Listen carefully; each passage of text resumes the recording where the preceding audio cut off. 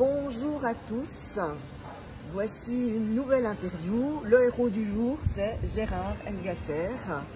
Gérard que j'ai connu à la meilleure année de votre vie, avec qui j'ai fait un exercice. C'est la première personne en fait dans le monde de Martin avec qui j'ai échangé, lui et son épouse. Et voilà, et j'avais beaucoup apprécié tes qualités d'empathie, je dirais. Et je vais te laisser te présenter et on pourra peut-être voir en quoi elles te sont utiles dans ce que tu fais maintenant. Ok, alors bonjour à vous tous, ravi de partager ce moment avec Anne-Chantal. Effectivement, ça fait bientôt 3 ans, Anne-Chantal, qu'on se connaît. C'était presque le jour de mon anniversaire, donc c'était fin février 2018. Et on avait fait un exercice, ouais, mais moi aussi c'était mes premiers pas dans l'académie, dans la meilleure année de votre vie, dans le monde de Martin Latulippe. Donc, qui suis-je mon métier, je suis Gérard Elgasser, j'accompagne les entrepreneurs à piloter leur entreprise, à se lancer, à développer, résoudre leurs difficultés, c'est leur entreprise. Et en fait, ça fait 18 ans, plus de 18 ans que je fais ça maintenant. Et avant, j'étais à la banque. Voilà. Ah, j'apprends quelque chose. Je ne savais pas que tu étais dans la banque. Ah ben oui, en fait, j'ai fait 14 ans de banque. Et puis, à un moment donné, j'étais plus aligné avec le métier que je faisais, avec les valeurs. Et j'ai réfléchi à ce que je pouvais faire. Et puis, j'étais convaincu que je pouvais accompagner les entrepreneurs. Voilà, donc je me suis lancé dans l'aventure. Alors, quand tu dis que tu n'étais plus aligné sur les valeurs, est-ce qu'il y a eu un élément particulier, je ne sais pas, une consigne supplémentaire ou autre chose dans ta vie qui a fait que tout d'un coup, parce que généralement ça vient assez gentiment, ce genre de choses, oui, que tout d'un coup tu as décidé de faire ce pas? Ben, en fait, ce qui m'a fait faire ce pas, c'est que j'ai pris conscience petit à petit que on me demandait de faire des actions qui ne correspondaient pas à, c'est-à-dire qu'on juge très vite, selon des modèles très analytiques, le potentiel ou pas d'une entreprise à rembourser des prêts. Il n'y a pas une vision globale de l'entrepreneur tel que moi je le vois en fait. Et je pense que l'analyse des banquiers, pour une bonne partie, ne voit que ce qu'ils voient à travers des chiffres qui ne représentent pas la réalité et notamment le talent de l'entrepreneur. Donc je me suis dit, en fait, même si on se bat pour faire passer des dossiers, pour accompagner les entrepreneurs dans leur développement, derrière sont des analystes, mais qui ne font qu'analyser. Et en fait, je trouvais, et je trouve encore plus aujourd'hui, encore plus aujourd'hui d'ailleurs, parce que c'est souvent des logiciels qui décident. Après, bien sûr, il y a toujours une intervention humaine, mais on donne des avis sans forcément connaître les projets et les individus qu'il y a derrière. J'aime bien ce que tu viens de dire parce qu'on retrouve justement cette qualité humaine, d'empathie, pour voir derrière, pas juste ce qu'on voit en surface avec des chiffres plus moins, mais d'aller voir derrière pour... Ce que j'ai compris, parce que tu nous as fait une présentation cette semaine, c'est que tu as vraiment une capacité à valoriser la valeur d'une entreprise. Est-ce que si je le dis comme ça, c'est juste? Oui, alors d'ailleurs mon slogan c'est valoriser l'humain, viabiliser l'entreprise. Donc en fait, moi je considère et je le considère comme vrai, de toute façon c'est factuel, l'entreprise c'est d'abord une affaire d'humain. Donc les chiffres, ça vient complètement à la fin, c'est la conséquence de tout ce qu'on fait. Et dans la présentation que j'ai faite à Anne-Chantal, ça part du cerveau, et c'était très rigolo par rapport à ce qu'avait fait la veille Christian. Ça part de la source, puis en fait il y a le cerveau, et puis derrière on met les idées à exécution. Si ça reste pas exécution, ça reste que des idées.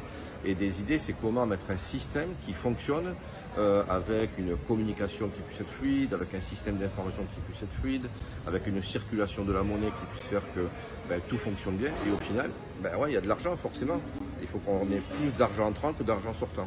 Mais au départ, c'est tout part de l'humain et de la manière dont les humains vont communiquer ensemble. C'est pas une histoire de chiffres, l'entrepreneuriat. Les chiffres, c'est un moyen de gagner de l'argent pour pouvoir se développer, se faire plaisir, payer ses charges. Mais c'est la fin. Et je pense que petit à petit, certains professionnels prennent conscience qu'eux. Et je pense que dans la nouvelle manière d'apprendre des entreprises plus tard, l'humain sera de plus en plus valorisé, comme je le fais avec les entreprises que j'accompagne. Ouais. Ce que j'aime bien, c'est parce que ça rejoint aussi, tu peux être indépendant au départ, souvent on est tout seul. Oui. Et j'aime bien ce que tu dis au niveau du côté humain, parce que moi je dis toujours que finalement l'entrepreneuriat, même quand on est seul, c'est vraiment un chemin de croissance personnelle. Ah oui, oui, oui, absolument. D'ailleurs, je disais hier, je crois, moi je ne vais pas travailler avec mon équipe, je dis on va se développer, on se développe ensemble. Ça veut dire qu'il y a la notion de plaisir, la notion de remise en question, ce qui est vrai aujourd'hui n'est plus vrai demain. Donc c'est vraiment un travail de croissance personnelle infini, parce que on n'a pas 20 ans et on continue à se former sans arrêt. Et c'est ça qui est génial. On apprend des autres, on apprend moi j'apprends de mes clients, donc des gens qui peuvent être comme vous, à avoir des projets, etc. Et chaque expérience est géniale parce que c'est du contenu futur. Et on peut en faire profiter tout le monde. Donc c'est vraiment un chemin de croissance personnelle. Il y a des étapes à passer, il faut les accepter, parfois des paliers à passer, mais quand on les passe, c'est des ouvertures nouvelles et des portes qui s'ouvrent nouvelles. Ce que j'entends, merci beaucoup pour ce que tu viens de dire, je trouve que c'est important. Aussi, ce que j'entends souvent des clients qui arrivent à moi, c'est cette peur de l'insécurité financière. Oui. Comment toi, tu as géré ton passage de salarié dans une banque à entrepreneur et à accompagner les gens sur deux facettes, je vois. Tu as vraiment la facette humaine, oui. aussi avec des formations, oui. et une facette plutôt coaching. Oui, absolument. Oui. Alors, en fait, l'entrepreneuriat, pour le réussir au mieux, ça ne veut pas dire qu'on n'aura pas des difficultés d'ailleurs à un moment donné, il faut être super prêt. Le monde de l'entrepreneuriat, il faut l'imaginer comme un bassin. Et c'est un bassin, quand on y rentre, dont on ne connaît pas forcément les règles. Alors, bien sûr, moi, avec les formations que j'ai faites universitaires et puis à la banque, et aux formations dont j'ai profité à la banque complémentaire, je connais parfaitement cet univers-là. Donc pour moi, ça a été plus facile de m'immerger dans l'entrepreneuriat puisque mon métier, c'est d'accompagner les entrepreneurs. Donc la moindre des choses, c'est que je connais cet univers. Donc pour celui qui ne le connaît pas, qui est coach, psychothérapeute, restaurateur ou autre, développeur informatique, mais en fait, il y a des codes. C'est comme, moi je fais beaucoup de comparatifs avec le sport. On ne joue pas un sport sans en connaître les règles. Donc il faut connaître les règles, comment ça se passe, avec toutes les parties prenantes, l'État, les banques, les règles avec les clients, les fournisseurs, etc. Et puis comment fonctionne une entreprise aussi, quel système mettre en place, comment je facture, comment je motive les personnes avec qui je travaille, comment je vais convaincre un banquier. Donc bon, tout ça moi je savais. La seule chose qui me plaisait, mais dont je n'avais pas les compétences, forcément c'était toute la finesse qu'on peut avoir dans les relations humaines. Et donc, quand j'ai décidé de quitter la banque, ça s'est passé un jour où j'ai pris une journée pour moi et je me suis écrit mon avenir. Je me suis dit, voilà, si tu restes à la banque, voilà ce qui va se passer. Je me suis fait comme mon business plan en banque. Et puis, je me suis dit, qu'est-ce que tu peux amener aux autres si tu n'es pas à la banque? Et en fait, à la fin de la journée, j'avais mon produit, accompagnement d'entrepreneur. Et je me suis dit, pour vraiment accompagner, parce que pour moi, le conseil, j'aime pas le conseil. Le conseil, il vous fait dire du yaka faucon. L'accompagnement, c'est prendre en compte la personnalité.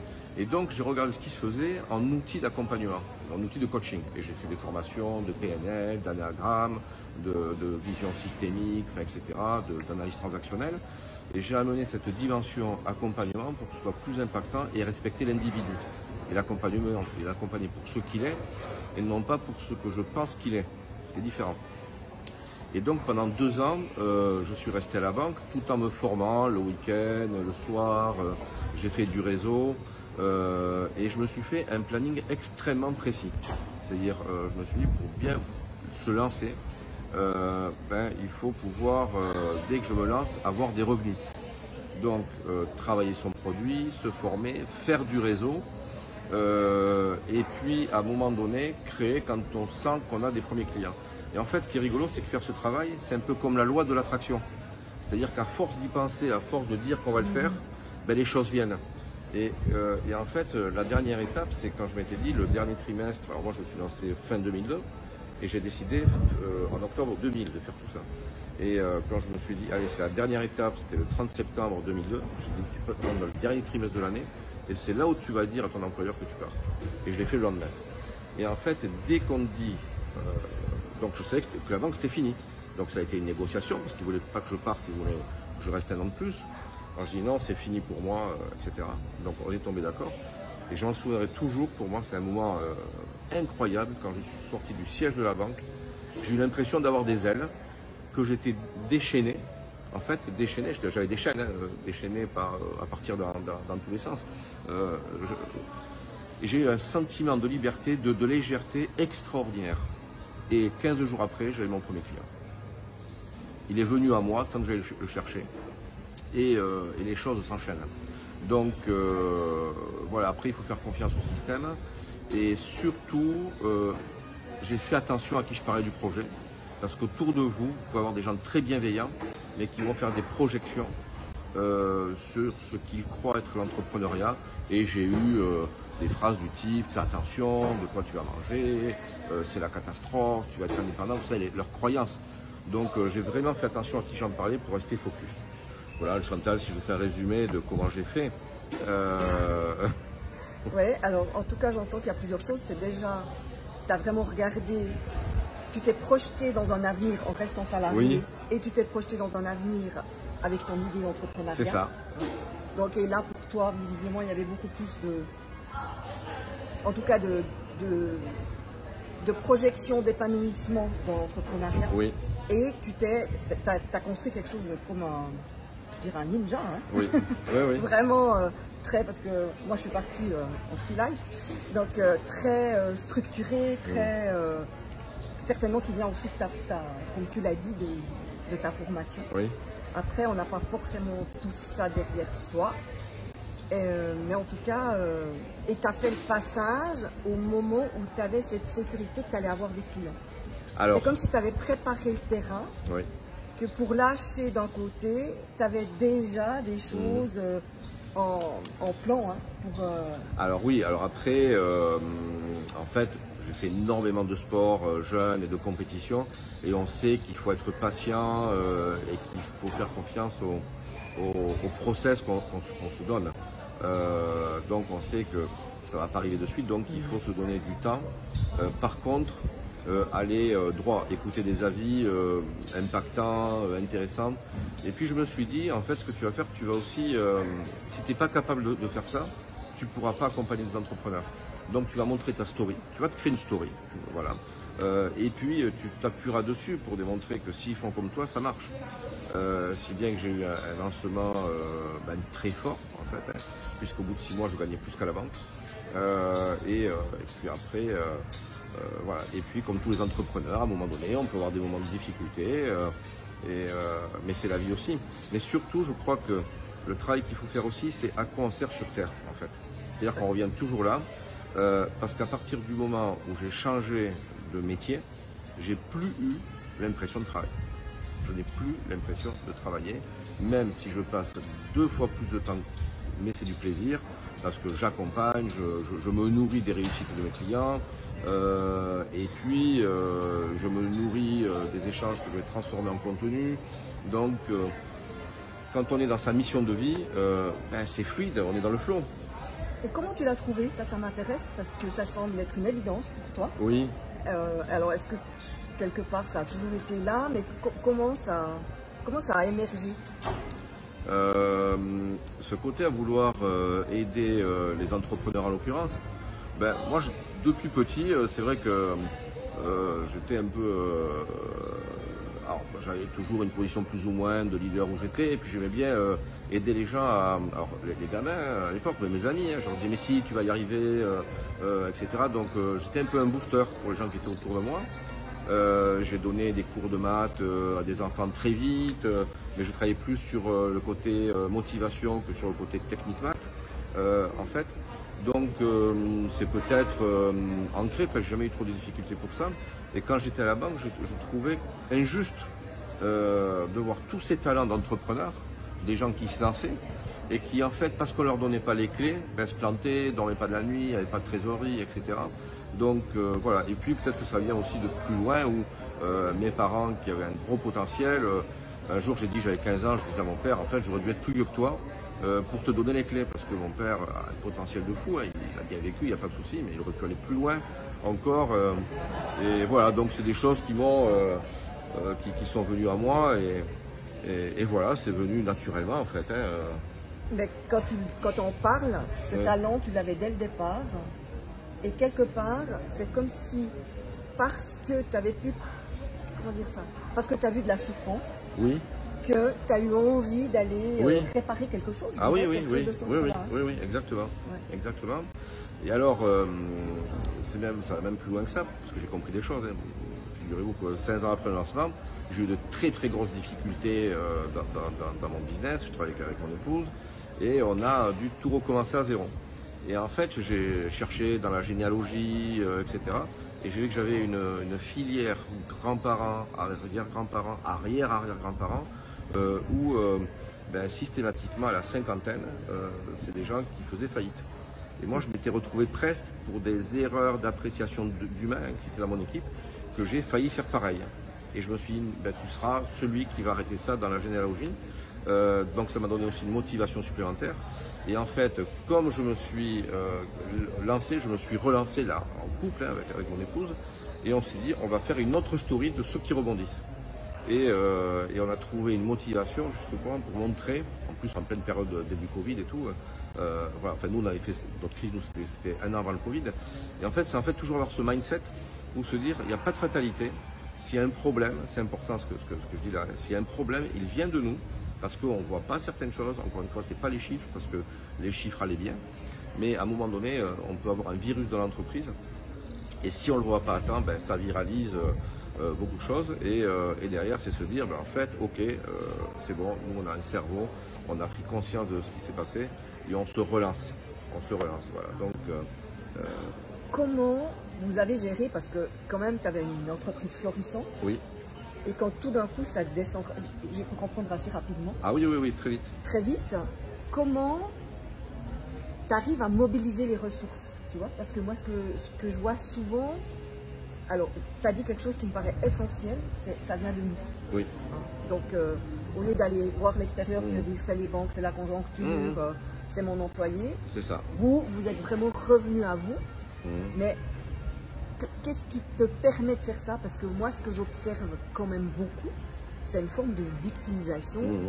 On l'a beaucoup vu avec le Covid. On voit qu'il y a des gens, et là, il y en a plusieurs qui disent qu'ils ont fait une année super, et d'autres qui descendent gentiment. Donc, comment t'expliques, et peut-être tu ne peux pas l'expliquer, j'en sais rien, mais cette capacité qu'ont certaines personnes à rebondir, à aller chercher des ressources qui sont à l'intérieur d'eux, et d'autres pas, en fait. En fait, il faut accepter la situation, ce qui est très compliqué, parce qu'au départ, quand tout va bien, mais on n'a pas vu, parce que c'était en profondeur, qu'il y avait des choses qui se tramaient, etc. Parce qu'on est peut-être aveuglé, on est dans l'action, et on manque de vigilance. C'est parce que j'ai manqué de vigilance, ni plus ni moins, c'est pas les autres. Même si parfois certaines personnes n'ont pas été bienveillantes, mais il fallait qu'on s'en aperçoive avant. Mais de toute façon, ce qui est sûr, c'est que si on se victimise et qu'on reste là, c'est la chute. Nous, on a interrompu, parce qu'on aurait pu arriver tout en bas. Donc, on a vu qu'on était au bord d'un précipice, et on s'est dit, on va faire un gros reset dans l'entreprise pour repartir. Et de toute façon, on n'a pas le choix. La vie, si on n'avance pas, c'est fini. Donc, c'est de se dire, on va faire en sorte que ce soit profitable pour repartir plus haut et montrer aussi à toutes les personnes qui connaissent des difficultés plus ou moins grandes, comment on peut s'en sortir.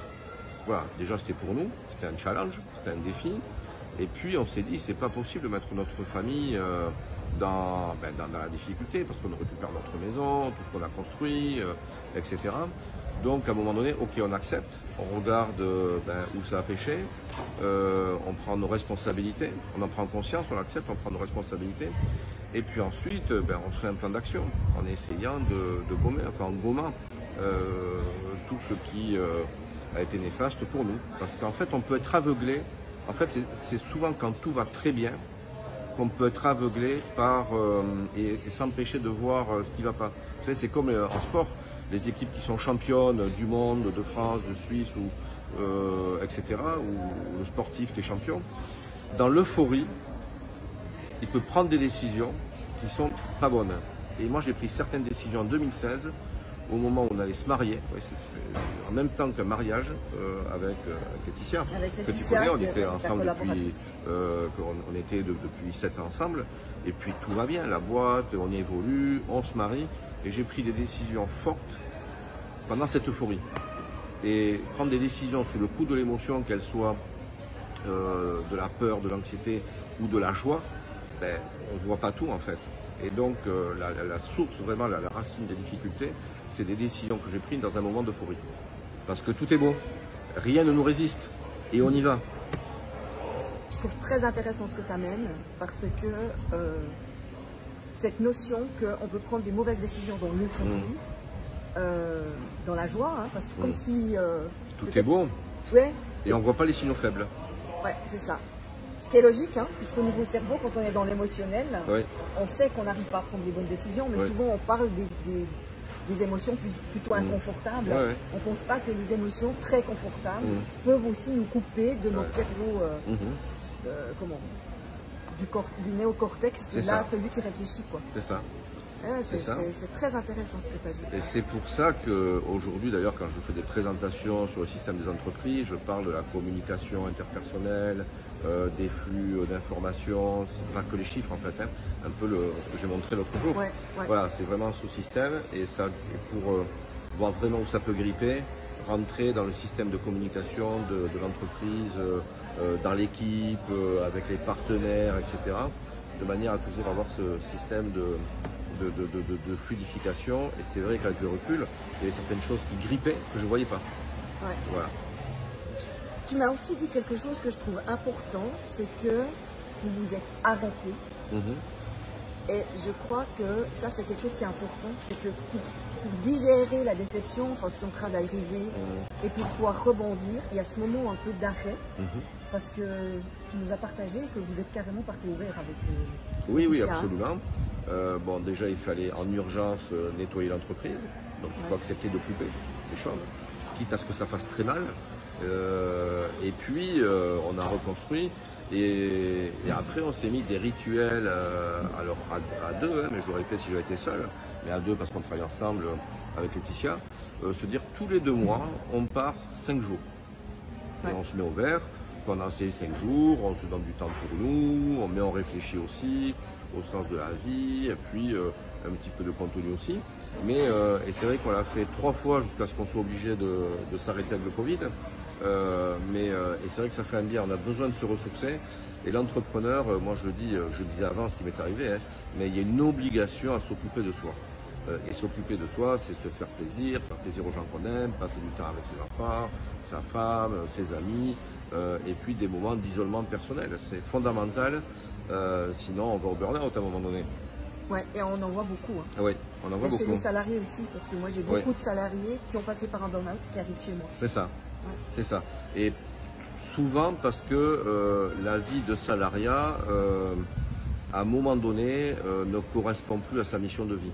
Et moi, j'ai un excellent exemple. En fait, quand j'ai quitté la banque, j'avais quelqu'un, une collègue qui voulait partir avec moi. Et elle a eu peur.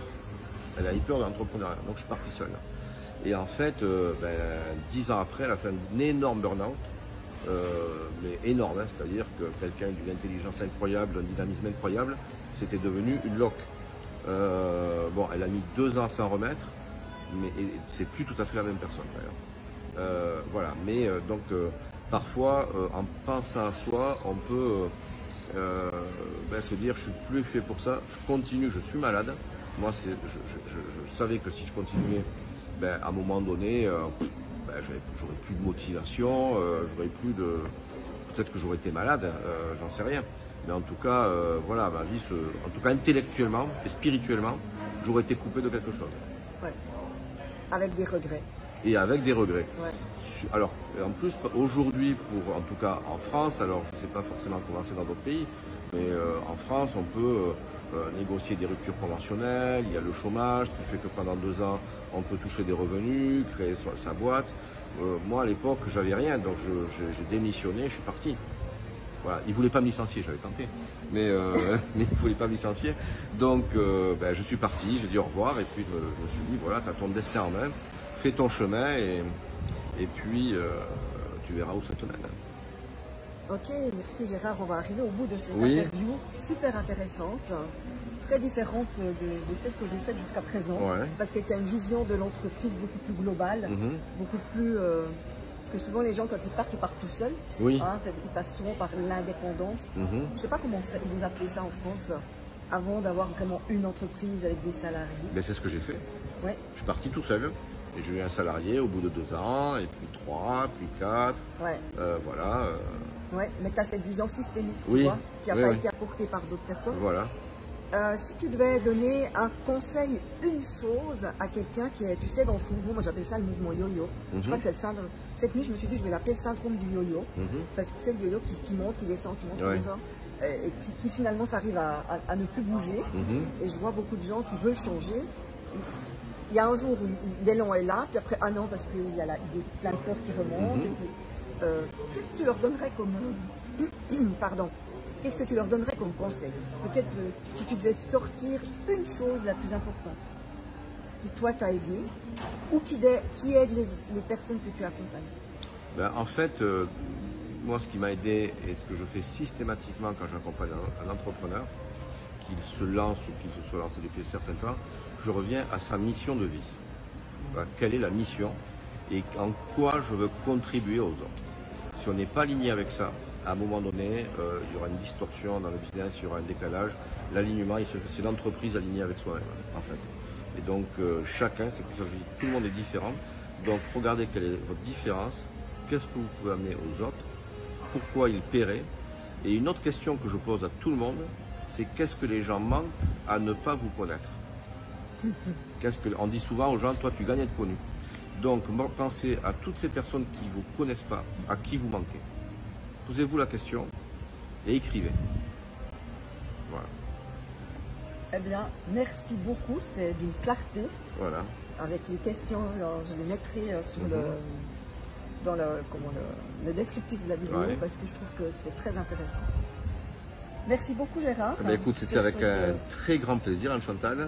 Je suis ravi d'avoir passé ce moment avec toi et puis avec vous. Et avec vous. Et ben je vous dis à tous merci de votre attention. Je vous souhaite une excellente suite de journée. Et puis au prochain héros. Au revoir. Bye bye. Au revoir.